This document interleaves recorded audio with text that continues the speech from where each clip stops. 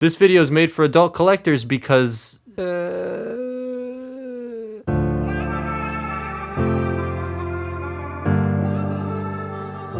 So we've done a top 10 best, and I do recommend you check that video out. It'll be linked in the description, but all those toys, highly recommend. These, not so much. Now, doing my top 10 worst was very difficult because I didn't get a lot of figures this year that were genuinely horrible. I don't buy the ones that I know I'm not gonna like. Sure, I might get disappointed by something, but I try to steer clear of that unless it was like a couple of figures you saw this year I bought simply because I knew they were bad. But yeah, I didn't get a lot that was sort of, ugh, you know what I mean? So the first half of this list is going to be figures that I'm not horribly mad at, I'm just slightly disappointed in. And then the last half of the list will be, like from 4 to 1 will be the toys I genuinely disliked. Like toys I would definitely not recommend you buy. So let's just get into it. Number 10. Yeah, Core Laserbeak. Mine's got like issues. The pegs don't like to stay in place. I think I need to thicken them up for sure. I just haven't gotten around to it yet. He doesn't stand, even if you have to like manipulate his thighs in order to get him to stand properly. And it looks weird when you do that. Plus the backpack on mine likes to fall off and the arms like to fall off. It's a case of you need to make sure everything's lined up properly before you slam the chest down. But if you're just off by a slight millimeter, it falls off and it can be annoying. I'm not the only person with this issue. I know a lot of people have the toy and don't have issues, but you know, then a lot of people do. So there's that. I made a short on this guy and the whole thing was satire and nobody understood that. Like most of my shorts are just for laughs. That's it. So don't take them seriously. But yeah. Core Laserbeak, he's on here. I don't think he's worth the $16 Canadian price that he's worth over here. Number 9. Yeah, I'm not even taking this thing out of its box. Robosen Optimus Prime is just not for the average Transformers fan. Cutting in here just to show, yeah, I haven't actually like touched this in a while. Just clean all that off because there's really not much use to it. He's very big, doesn't fit with anything, can't stand up by himself in either mode, and is 1,000 US dollars. That is a lot more disposable income the average Transformers fan wants to spend on one toy. That's way too much. It's not even a toy, it's a robot. And the whole party trick thing of it kind of wears off after a while. Like, I had to get that video out at a certain time as soon as I got it. So if I had to wait and make the video now, my opinion in that would probably be very different. I have nothing against Robosen. They sent this to me and, you know, they're great. They're wonderful people. They were a joy to communicate with and whatever. It's just the product is just not for... It's targeting the wrong people, I think. And unfortunately, I think that's going to hurt it, especially considering it went up $350 in price. Number 8. So I was going to say this thing because he sucks. But then I realized I got this guy in October of last year, not this year. So we're subbing in oh my god. We're subbing in that. Cuz he stank. He sucks. Yeah, of the box set figures, Bumblebee is probably the worst because his color matching sucks. His feet don't want to stay tabbed in. He doesn't like standing up, and my friends have already broken the doors on him, which is great. And the furnace just turned on right next to me. Love that. It's not a fun figure, and of all the box set woes, this thing is probably the biggest woe of the entire set. Number 7. Yeah, Clear Plastic Prime is also staying in his box. It's cool. I love having it because I need it for my DVD exclusive shelf. And I have not actually bought any more DVD exclusive stuff since the last video I made on them, but I need to get more, and he's part of that collection, so he's staying here forever, but he scares the hell out of me. Transforming that thing, if you haven't seen the video, it'll be linked below.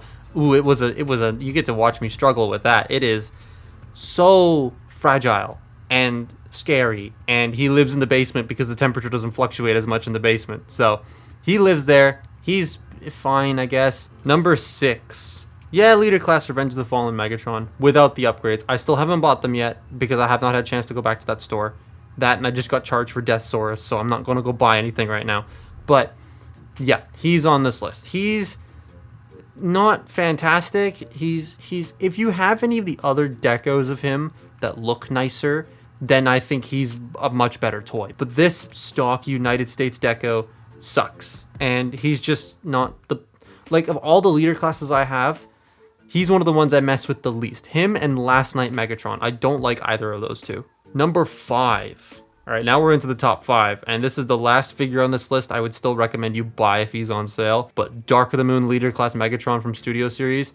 This specifically is the ride version, but the only difference between this and the other one is the deco and the lack of Cloak and Igor. And I don't like this toy. It looks fine in robot mode, and it looks all right in alt mode with a little plane. But getting it in between those two modes is such a annoyance. Getting the arms lined up, the trailer fit into place, the legs to do their thing. It's just not fun. Not to mention my figures, like back legs, don't like to tab in at all.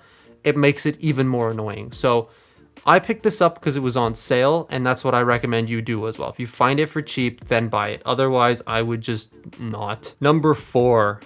Now this is where we get to the point where I say just straight up don't buy these. Iron Factory Drift.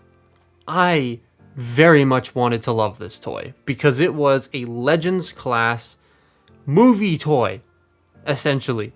It is a movie decoed Drift. And he turns into the movie car, the Bugatti type shape thing, and I wanted to love this thing. But the hip skirt's not staying in place. The parts forming pieces that have nowhere to... Well, parts forming piece that has nowhere to go in robot mode. The lack of instructions on how to put all those bits on him. The swords being very flaky and weird. He's just not... And his transformation's not fun. Like, I don't enjoy any part of this toy. I don't enjoy messing with it. I don't enjoy transforming it. I only have it in car mode because I think that's the best looking mode. And even still, it's covered in hinges and it looks weird. This, at least mine, is a floppy mess and I don't like it. Number 3, the classics Van mold. Just any of them. Don't get it. You want the Shatterglass Soundwave? There's a new one that just came out. I still like this toy just because of how goofy it is, and I can laugh at it. Like, I still get enjoyment out of it because I can laugh at it. And that's the reason I keep it around. It's not fun. It falls in half. It looks like it's gotten into a car accident. His face is blue. He's looking down. He's got a weird torso section. He's got gaps. Things don't click in properly. The weapon is stupid. He's got no 5mm hands. It's just a very weird toy. If he's like $5 and you want to get him to experience it, then you would get him like I did. Otherwise, don't, just avoid it. Number 2. This is another one I keep around just because I can laugh at. And also, I totally thought I had sold this, but apparently I didn't. Universe or Generations Galvatron or whatever the hell this thing's called. I don't remember. All those years blend together. He definitely needed to be bigger. He definitely needed to be a Voyager, and he was supposed to be a Voyager, but budget reallocations and stuff made him a deluxe, and it's very unfortunate.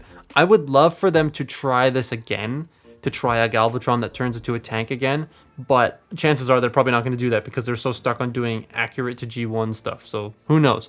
But it sucks. Arm launches off, panel on the chest doesn't peg in, feet are all fucked up.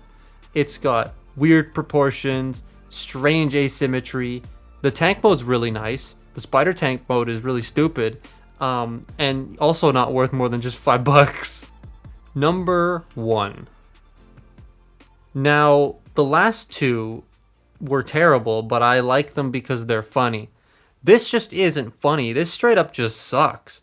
Universe 2008 Hotshot is a floppy clusterfuck mess that I do not enjoy. I leave him in car mode because that's the best looking mode. Even that looks pretty terrible. His Minicon is going straight to the Legacy one when he releases because I am not, no. He's going in the bin, not the trash bin, but like the bucket. That's where he's going. He's going to live there. Nothing tabs in, everything falls off. The panels on the shoulders are weird. His articulation sucks. His Minicon doesn't stand. It doesn't plug into his vehicle mode properly. It's just weird. But I don't like Universe Hotshot. There's no way I would actually recommend you buy this. Get the original, get the Legacy. There's 2 better versions out there. Hell, I would recommend Energon Hotshot over this thing. I don't even like Energon Hotshot. But yeah, that was my top 10 worst figures of this year. again, there weren't a lot of bad stuff this year. Like, a lot of the stuff we got was pretty good. And there's still things that came out this year or that I want to get. Like, the biggest thing I want to get is YOLO Parks Model Kit Optimus. That thing looks sick. But as for next year, do I think we're going to get any stinkers? Of course. But I think it's going to be like this year where we're not going to get a lot. But let me know what your top 10 worst figures were in the comments below. I'll be very curious to see that, as well as your best in the last video.